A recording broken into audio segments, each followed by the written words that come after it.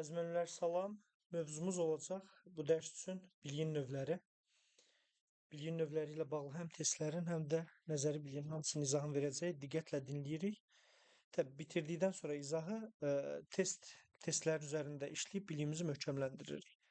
İlk öncə biz alt standart anlayışı haqqında danışanda alt standartın iki hissədən ibarət olduğunu deyirdik. Alt standart iki hissədən ibarətdir. Bilik və fəaliyyət. Həmin bu biliyin növləri onun bilik hissəsinə aid olan növlərdir. Fəaliyyət isə taksonomiyalarda öyrənəcəyik. Biliyin növlərinin izahlarına başlamamış bir neçə izah verəcəm sizə.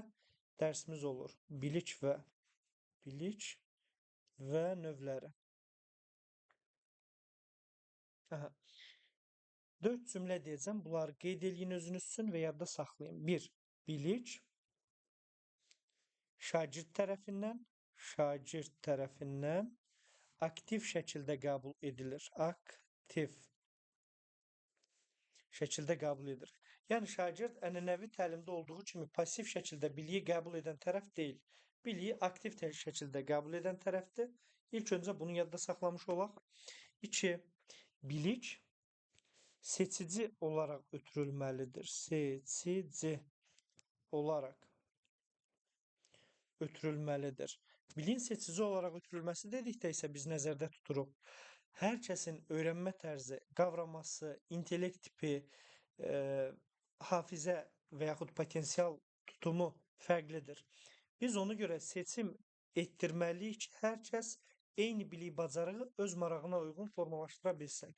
Məsələn, kimisi oxuyub yazaraq daha yadda saxlaya bilirsə, oxuyacağı və yaxud yazacağı bir şərait yaratmalıyıq ki, o şəraitdə öyrənsin. Kimisi dinlədiyini yadda saxlayırsa, məsələn, mətn üzərində kitablarda offline oxu, səsli olaraq formaları da var. Trimus və yaxud digər e-dərslik portallarında yerləşir. Yönləndirməliyi dinləməyə, dinləyəcəyi mətnlərə. Daha sonra kimisi ola bilsin vizual öyrənməyə üstünlük verir.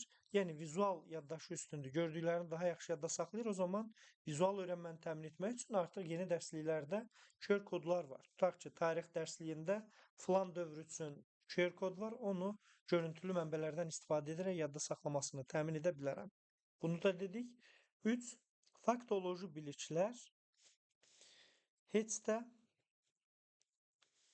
hamısı, yəni biliklərin heç də hamısı formalaşdırılmaz.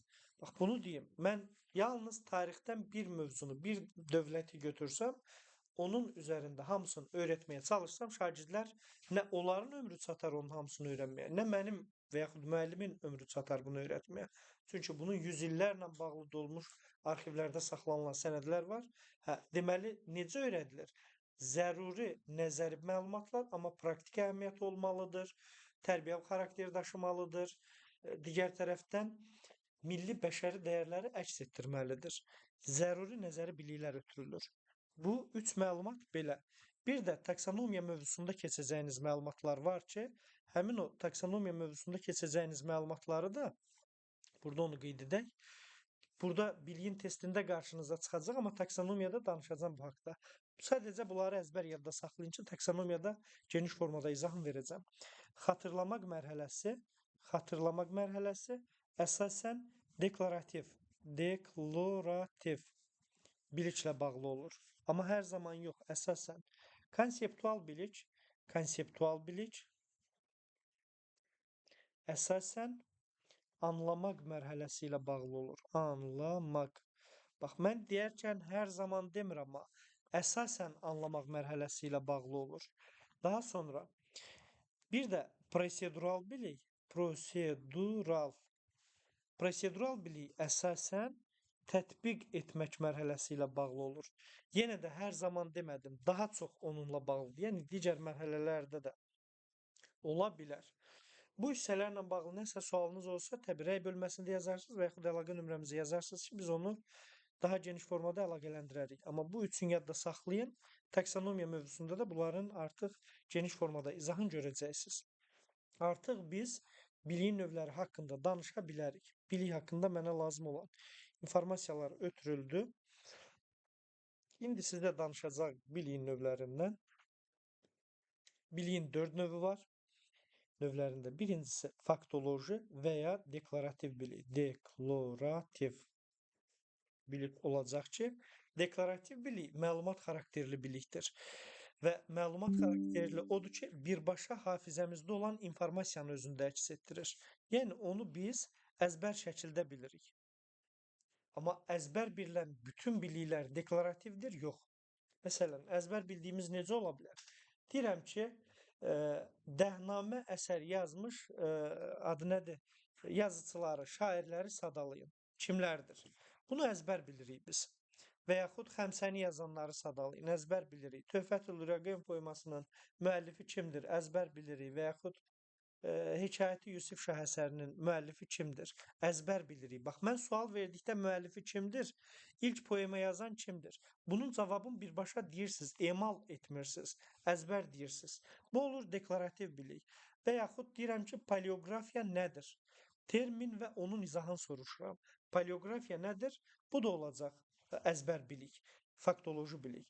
Amma terminin tərifidir. İsim nədir? Sifət nədir? Feil nədir? Və digər bütün terminlər. Yalnız tərifini soruşuram. Bu olur deklarativ bilik və ya faktoloji bilik. Bu da öz növbəsində bölünür iki yerə. Terminoloji, bir də spesifik. Terminoloji bilik bayaq saydığım hansı ki isim nədir, sifət nədir, say nədir və yaxud paleografiya nədir? Hər hansı bir fən sahəsi ilə bağlı və həmin fənnin mütəxəssisləri tərəfindən işlədilən sözlər və onların tərifləri. Bunlar olur terminoloji bilik. Yalnız həmin sözlər və tərifi. Mən deyirəm ki, şagird ksilografiyanın nə olduğunu bilir. Ksilografiya termin, ağac üzərində o cızma qara işlərdir. Termin, digər tərəfdən onun tərifini bilirsə, termini nə olduğunu bilir. Bu olur terminoloji bilik. Və yaxud deyirəm ki, feil nədir, əlifba nədir? Bu olur termin. Bir də var spesifik. Məsələn, AXC-nin ilk hökumət kabineti kim təşkil etdi? Və yaxud Birinci Dünya Müharibəsinin başlandığı ili de, bitdiyi ili de, kimin müharibənin başlandığını de, səbəbini de. Bax, bunlar hamısı əzbər bilikdir. Amma termin və onun tərifi deyil. Bir fən sahəsi ilə bağlı ola bilər. Amma termin və onun tərifi deyil. Ona görə də spesifik bilik olacaq, yadda saxlayaq. Və ya biraz da dərinləşdirək, belə bir şey deyim. Mən deyirəm ki, isim nəyə deyilir? Bu olur isim və onun tərifi, terminoloji. Bəs deyirəm, ismin neçə halı var? Bu termin və onun tərifi deyil. Bax, bu olacaq spesifik. İsmin tərifini demək terminoloji, isimlə bağlı hər hansı bir nüansı, spesifik, xüsusi bir deyək ki, detalı deyir orada, ismin 6 halı var. Bu olur spesifik bilik. Amma hər ikisi əzbərdir. Belə yadda saxlayırıq. Məsələn, biz sual verdikdə Türkiyənin paytaxtı hansı şəhərdir? İranın paytaxtı hansı şəhərdir? Bunlar əzbərdir. Spesifik və deklarativ bilik sayılır. Deklarativ biliklə bağlı verəcəyimiz məlumat bu qədər. İndi biz sizə danışacağıq konseptual bilik ilə bağlı. Konseptual bilik. Konseptual bilik olacaq. Konseptual bilik. Konseptual. Bax, biz deklarativ biliyi hafizə ilə əlaqələndirdik. Hafizəmizdə hazır olan məlumat xarakterli informasiyalar deklarativ biliyidir. Konseptual isə, təbii hafizə var burada, amma yalnız hafizə bəs etmir. Burada təfəkkür də lazımdır. İndi qısaca hafizə və təfəkkürü fərqləndirməyi bacarmalıyıq biz. Hafizə nədir? Təfəkkür nədir? Hafizə dedikdə yadda saxlayaq ki, biz nəzərdə tuturuq. Təfəkkür dedikdə biz nəzərdə tuturuq ki, təfəkkür bildiklərimiz məlumatları əlaqələndirərək emal etmə prosesimizdir. Tutaq ki, əzbər bir neçə məlumatı bildirəm, qarşılaşdırıram və ümumi bir nəticəyə gəlirəm, ümumiləşdirirəm. Ümumiləşdirmədən əlavə oxşar fərqli xüsusiyyəti tapıram, qruplaşdırıram, təsnif edirəm. Bunu əzbər bilmirəm. Amma əzbər bildiyim informasiyalardan bu nəticəyə gələ bilirəm. Gəldiyim nəticə təfəkkür prosesi əsasındadır. Təfəkkür əsasında məntiqi yanaşa bilərik, tənqidi yanaşa bilərik, sistemləşdirə bilərik, yaradıcı yanaşa bilərik. Bunlar hamısı konseptual biliyə uyğun olacaq. Amma hazır şəkildə olan informasiyalar yox, hazır olan informasiyaların əlaqələndirilməsi ilə əldə olunan bilikdir konseptual bilik. Konseptual bilik nə üçün sualı ilə bağlıdır? Nə üçün sualı ilə bağlıdır? Və bəzi nümunələr deyəcəm sizə, açar sözlər deyəcəm. Bunların qeydiyyatını aparın. Məsələn, bir-birinə əvəz edə biləcək bir nisbi sinonimlər deyirəm. Qruplaşdırmaq, təsnif etmək və ya kateqoriyalarını ayırmaq. Burada nəyə fikir verirsiniz siz?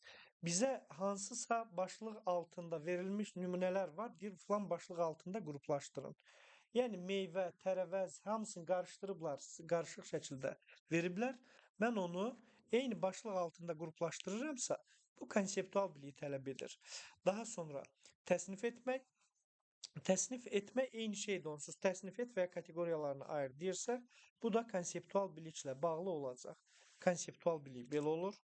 Daha sonra mən başqa nümunə deyirəm. Ümumiləşdirmək, daha sonra əlaqələndirmək, ümumiləşdirmək, müqayisə etmək. Müqayisə necə olur? Mən iki obyekti qarşı-qarşıya qoyuram. Şəxs ola bilər, əsər ola bilər, nəsə nümunə ola bilər.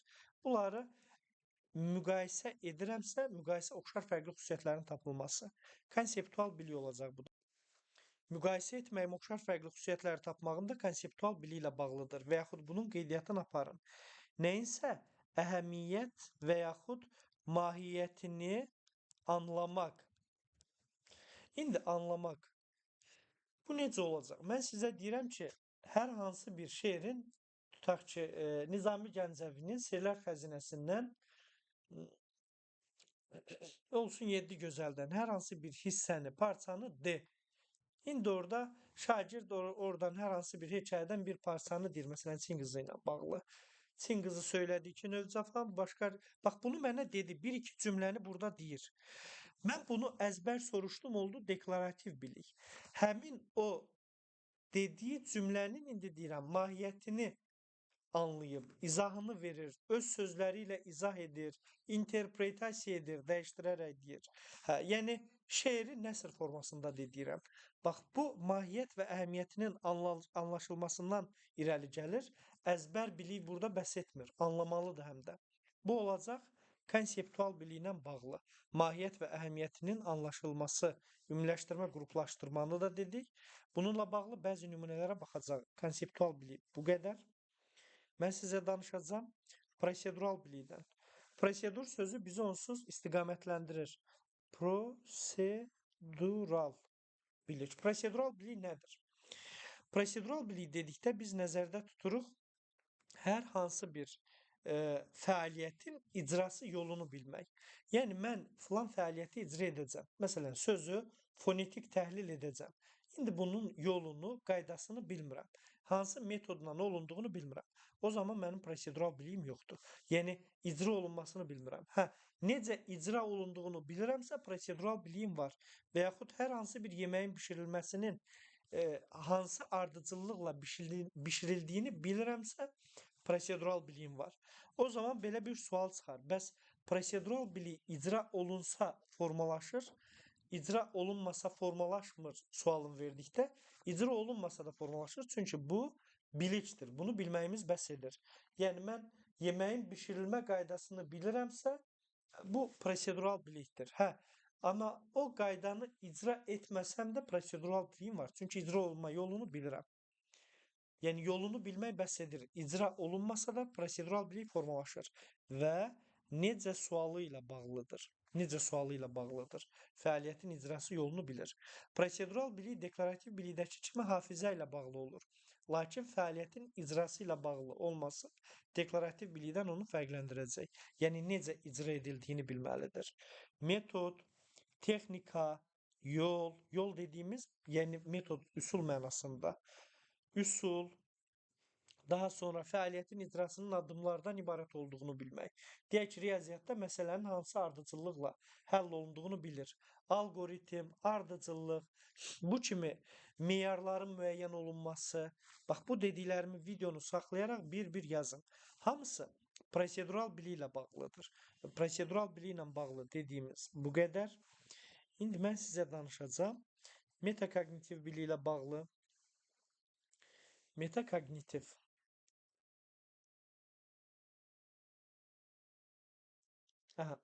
Metakognitiv bilik şəxsin özü ilə bağlı məlumatlılıqdır. Özü ilə bağlı məlumatlılıqdır. Yəni təxəyyülə əsaslanar, təfəkkürə əsaslanar, amma sözü gedən şəxs özü ilə bağlı məlumatlılıqdırsa bu metakognitiv bilik olur. Özü ilə bağlı məlumatlılıqdır. Sual verdiyimiz şəxs şəxsi ilə bağlı məlumat verirsə bu olur. Bəzən müəllimlərimiz düşünür, mən sual verirəm ki, Agil, bu necə olmalıdır? Agil mənə cavab verir. Deyir, axı özü cavab verdi. Özü cavab verir, nə ilə bağlı? Obyekt nədir? Məsələn, isimdir obyekt. İsimlə bağlı məlumat verir. Bu Agilin özü ilə bağlı deyil ki, isimlə bağlıdır. Agil isimlə bağlı deyirsə, bu ola bilməz. Metakognitiv. Bəs necə metakognitiv olur? Agil özü ilə bağlı məlumat verdikdə bu metakognitiv olacaq. Özü ilə bağlı məlumatlılıq hökmən olmalıdır. 2. İdraki fəaliyyətlə bağlı məlumatlılıqdır. İdraki fəaliyyət bəs nədir? Özünün düşüncəsi ilə bağlı, idraki düşünmə prosesi ilə bağlı məlumatlılıqdır. Üçüncüsü olacaq, özü ilə bağlı, idraki proseslə bağlı məlumatlılıqdır. Üçüncüsü də olacaq, strateji bilik. Yəni metakognitiv bilik həm də strateji bilikdir. Məsələn, özü üçün hədəf müəyyən edir, məqsəd müəyyən edir, qarşısına məqsəd qoyur, hədəf qoyur və o hədəfə uyğun addımlayır. Ona görə də bu olacaq bizim üçün metakognitiv biliyin kateqoriyaları. Mən sual verdikdə şəxsə, əgər o sual şəxsin özü haqqında məlumatı tələb edirsə, metakognitivdir. Məsələn, xarici dildə sözləri daha rahat necə yadda saxlayırsan? Cavab verən şəxs özü necə yadda saxlayırsa, onun cavabını verir.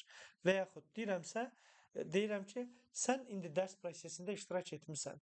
Hansı metod sənə dəstək oldu? Hansı metod sənin öyrənməni təmin etmədi? Səncə nəyi səhv etdin? Bunun üçün gecikdin? Cavab verən şəxs özü ilə bağlı məlumat verir. Amma mən soruşsam ki, yoldaşın nə üçün yaxşı öyrənməyib? Bu özü ilə bağlı məlumat vermir. Yoldaşı ilə bağlı məlumat verdiyi üçün metakognitiv olmaz. Ona görə də burada stratejini yazaq. Strateji. Metakognitiv bilikdə hökmən şəxsin özü ilə bağlı məlumatlılığı olmalıdır. Strateji bilikdə özünün qarşısına hədəf qoyur, planlaşdırır, məqsəd qoyur, planlaşdırır. Bu olur strateji bilik. Metakognitiv biliyin 3 kateqoriyası bunlardır. İndi gəlin bunları bir-iki testlə möhkəmləndirək və dərsimizi yekunlaşdıraq. Burada 6-cı suala baxaq. 6-cı sual bizə deyir ki, 6-cı sual. Müəllim şagirddən xarici dildə yeni sözləri yaxşı yadda saxlamaq üçün hansı üsullardan istifadə etdiyini siniflə bölüşməsini istəyir. İndi bax, bunu edən şagird nə deyir orada? Deyir ki, müəllim, mən sözləri bu üsulla daha yaxşı yadda saxlayıram. Kiminlə bağlı dedi şagird? Özü ilə bağlı. Özü ilə bağlı dediyi üçün bu olacaq metakognitiv bilik. Davam edirik. Bu misraların mahiyyətini dərk edən şagirddə heç bunu oxumuram nə yazılıb. Biliyin hansı növ formalaşar? Biz də yazmışıq ki, burada nəyinsə mahiyyət və əhəmiyyətini anlayırsa, bu konseptual bilik olacaq. Hökmən qeydləri götürün, mən izah müddətində dediyim qeydləri oradan cavablara kömək edəcək. Doğru yanlışa baxaq, cavabını tapaq. Uyğunluq deyir. Uyğunluq deyirsə doğruda doğru, yanlışda yanlışı tapırıq. Kulturologiyanın bir elm kimi nədən bəhs etdiyini bilir. Kulturologiya termin və nədən bəhs etdiyini bilir, termininin tərifini bilir. Bu olacaq deklarativ bilik. Deklarativ bilik doğrudur. Biri götürürsünüz. Sifət haqqında deyilən fikirlərdən yanlış olanları müəyyənləşdirin. Biz doğrunu və yaxud yanlışı fikirlər arasından seçirik. Konseptual bilik, prosedural bilik deyil. Bu olacaq yanlış. Mənəvi dəyərlərə malik olan milli mədəniyyət nümunələrini ümumiləşdirir. Ümumiləşdirmək şəxsi ilə bağlı deyil ki, burada metakognitiv yazılıb. Bu konseptual olacaq. Mən sizə demişəm, məlumatların ümumiləşdirilməsi konseptualdır. Ona görə yanlışdır. Yanlışda da 3-ü götürdük. Cavab oldu 1-3. 4-ə baxaq. Bəşəriyyətin ibtidai tarixinə aid ilk tapıntıların neçənci əsrdə əldə edildiyini bilir. Əzbər bilir, spesifikdir, doğrudur. Bu doğrudur diye yanlışda doğrunu götürmürsünüz. Bir iki suala da baxaq. Bax, bizə deyir ki, 9-cu sualda biliyin növlərindən biridir. 4 növünü öyrənmisiniz. Hansıdır görək? Fonetik təhlil yolunu bilir. Fonetik təhlil yolunu, metodunu bilirsə, özü ilə bağlı deyil. Bu olur prosedural. İndi biz proseduralı tapaq. Bahariyə əsərinin hansı janrda yazıldığını bilir. Bu əzbər bilikdir. Bu olacaq deklarativ olmadı. Söz qəzəli haqqında fikirlərdən doğruları müəyyən et. Söz qəzəli haqqında doğruları müəyyən et. Bu da deklarativdə olmadı. Özü üçün iş planı tərtib edir. Özü üçün metakognitiv. Esse üçün meyarlar. Mən meyarı proseduralda demişdim. Prosedural 20-ci əsrin əvvəllərinə aid tarixi faktları sadalayır. Bu da olur deklarativ. Bax, bu olacaq meyarlar müəyyən etmək prosedural bili ilə bağlıdır. Cavabımız olacaq D bəndi. Təbii digər testləri də özünüz işləyirsiniz. Hər birinin izahları paylaşılacaq. Uğurlar, sağ olun, Allah amanda qalın.